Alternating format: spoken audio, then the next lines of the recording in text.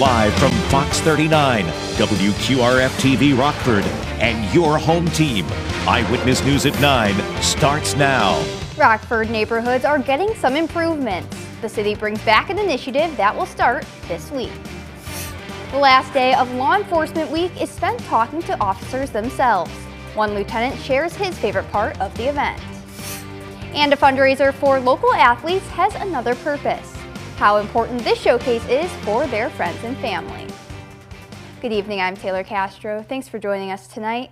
A Rockford building is demolished after it goes up in flames. Rockford Fire responded to the structure fire in the 500 block of 15th Avenue around 10:15 Sunday morning. They found a large building engulfed in flames upon arrival. Another building to the east was also beginning to catch fire. The blaze was brought under control in 40 minutes.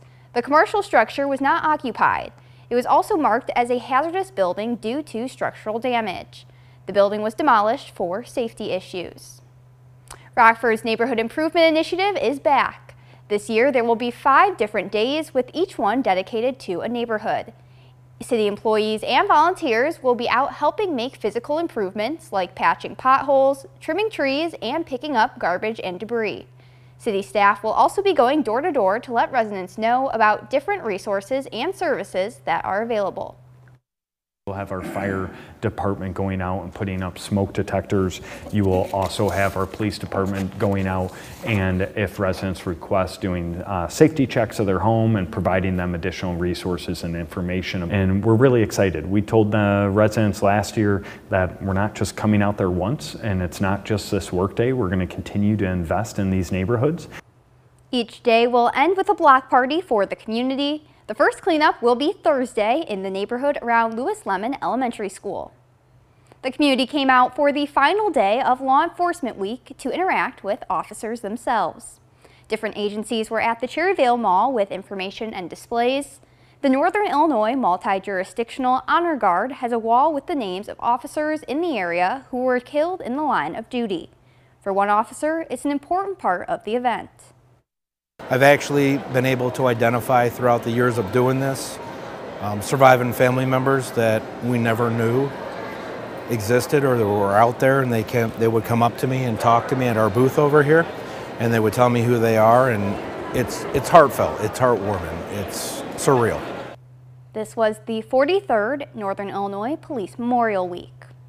Belvidere residents are asked to line the streets in celebration of their Special Olympics athletes. The very first victory parade for the Belvidere Park District Special Olympics team will take place at 5:30 Monday evening.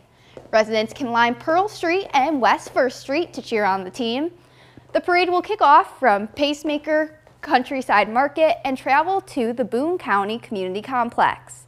The athletes will be escorted by local police and fire departments to their annual banquet. And on Wednesday, the Rockford Park District will have a groundbreaking for its indoor equine center at Lockwood Park. The center connects young people with horses, helping them with mental health. Leaders say this form of therapy is critical for people who need help with disabilities or other hardships. A local team shows off their skills while raising money for new equipment. The Gymnastics Academy of Rockford held their annual showcase and fundraiser. There were raffle baskets, food trucks, and more. The event also provides a chance for friends and family to attend, since most competitions take place out of town. It's amazing because it can be pretty pricey to travel, and sometimes it just doesn't happen. So to have this place local for them is great. The Gymnastics Academy of Rockford has both gymnastics and tumbling athletes. This is their last performance of the season prior to nationals. 1 year ago this week, 19 children and 2 teachers were killed inside Robb Elementary School in Uvalde, Texas. The tragedy left their tight town frozen in time, still searching for answers and action. The Uvalde CISD Moving Forward Foundation is pioneering a new school to replace the site of the mass shooting, but for the parents, their loss can never be replaced. Ryan Chandler takes us there to learn what moving forward means to them. Well, I know them. I know her mom. Eliana Torres, I know them.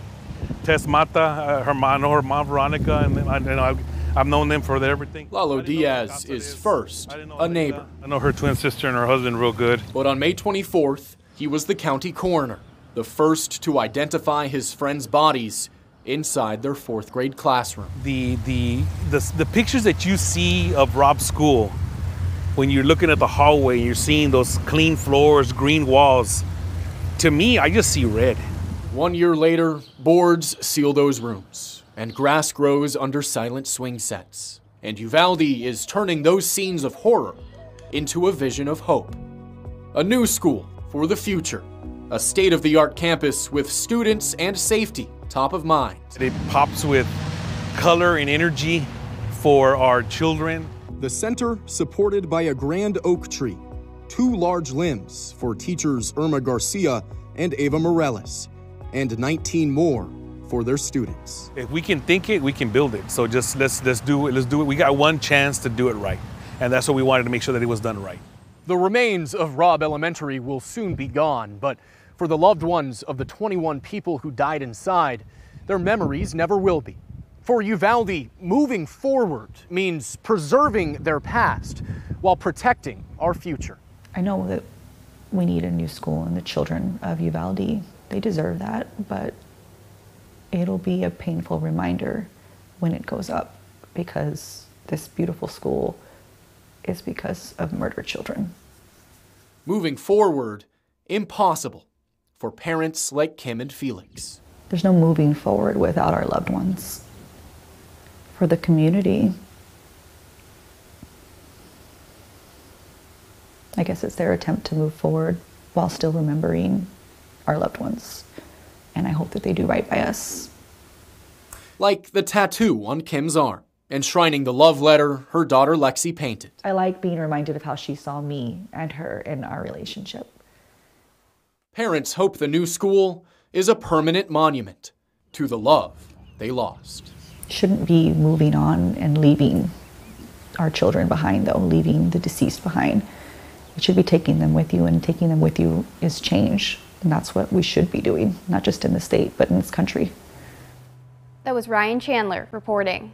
Now, your first warned weather forecast from meteorologist Jordan Wolf. Well, bright sunny skies dominated the air once again for the 2nd consecutive day, and now that's leading to some clear skies here into the evening as well. We look off in the horizon in Rochelle, and we still see a little bit of a faint glow from the sunset off there in the distance. Even this late in the evening, we can still see that kind of showing up very far out there in the distance. Those clear skies definitely showing up when we look at satellite and radar as well. Just a few clouds passing, but those are well off to our west. Otherwise, high pressure across the area, and that's not even limited to just the state line. Look at just how far out those clear skies spread across a good portion of the country. You have to go all the way across the Rockies before you get some significant rainfall. All of that sunshine and warmth allowed our temperatures to get all the way up into the 80s in a couple of spots, including 81 in Rockford, 80 in Sterling. The rest of the areas did make their way into the upper 70s. High pressure pretty much centered directly over the area. Very, very weak flow, generally speaking, though, as we had some pretty weak winds during the afternoon, and that's actually helping to keep our temperatures falling a little bit quicker right now, as we're already back down to 62 in Rockford. We fell from 78 all the way down to 62 in a matter of just a couple of hours underneath those calm winds and very, very clear skies, along with very low dew points that are allowing those temperatures to fall a little bit on the quicker side. Many other spots currently in the 70s still at the moment. Temperatures still falling a little bit further down into the upper 40s for that overnight low. Not too chilly, very similar to where we were last night, maybe even a degree or two warmer than that. During the day tomorrow, we once again get back up into the upper 70s and into the low 80s once again. Very, very comfortable warmth, though, similar to what we had today, with those lower dew points remaining in place.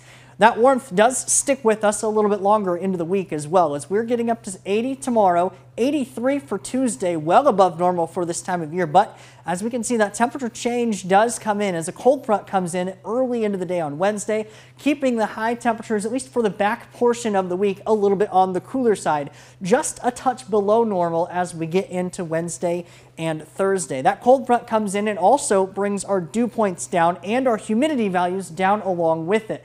That's going to bring all of this drier air into the area, allowing for our days to warm up a little bit quicker, a little bit easier than if we had some more moist air in the area. And then our overnight lows going to fall a little bit quicker, keeping us very, very comfortable for both the day and the night. In addition to that cold front, we will be seeing some very, very clear skies showing up for the rest of the week as well. Just a few passing clouds during the day tomorrow. That cold front does eventually slide through. We see that increased band of cloud cover.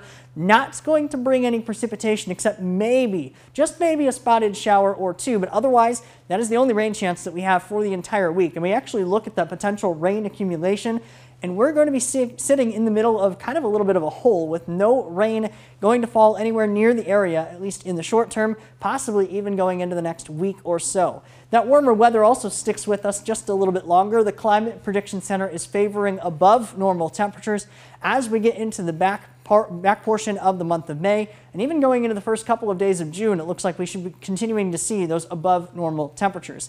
A little bit breezy on the day on Wednesday once that cold front comes through. After a couple of days in the 80s, a lot of sunshine sticking with us. Those comfortable 70-degree days, though, tacking on to the back half of the week. Still very, very sunny as we get into next weekend. Now sports with Reagan Holgate. The Cubs got a beat down yesterday, which we've seen more times than one this season, but today was a new day and their finisher in Philly. Justin Steele was dealing on the mound. Third inning, still no score, and Trey Turner goes down swinging. Two batters later, it's a strikeout for Bryce Harper and then Kyle Schwarber. Steele struck out 6 throughout 6 shutout innings. Then in the 7th inning, Bryson Stott launches a 2-run homer all the way into outer space. That will do it. Phillies win 2-1. The Cubs are off tomorrow before they start their series with the Mets on Tuesday. The White Sox were looking for their first series sweep of the season in their finale with the Royals. Luis Robert sends one out to the patio, and it just gets over the yellow line, and the Sox are finally on the board 2-1. Then it's Romy Gonzalez. He drives this one out to center in the 5th inning. That brings in 2 more, and the good guys finally have the lead. Now let's go to the 7th, and it's Andrew Benintendi. He cracks a base hit out to center field, and Tim Anderson rounds home. The White Sox complete the sweep with a 5-2 win. Nobody wants to go through adversity, but adversity is education. You know, it is what it is. We learned a lot, through our struggles. And we've made adjustments. These guys have made adjustments, not just the pitchers, but position players as well, coaches as well, me, everybody. And that's all we can do. That's why we don't get too far ahead. We're really good game. We'll enjoy this one, flush this one out, and get ready for Cleveland tomorrow. Now the Chicago Sky were looking to make it a 2-0 start to their season with a win today in Phoenix. Brittany Griner playing in her first Mercury home game since 2021. Let's go to the 3rd corner. Phoenix down 9. Christine Anigwe looking for a shot, but Griner is there for the block. Let's take another look at it. Just stuffs her up. Later in the 3rd, it's Griner again. She hits a 3. BG. She's home, folks. Now to the 4th. Sky still in charge. Courtney Williams pulls up and hits it. Sky up 5. Then it's Griner here again. She makes the jumper and 1. She finished with 27 points and 10 rebounds. Under a minute left, and Dana Evans banks in the jumper. The Chicago Sky wins 75-69 to take a 2-0 start to the year.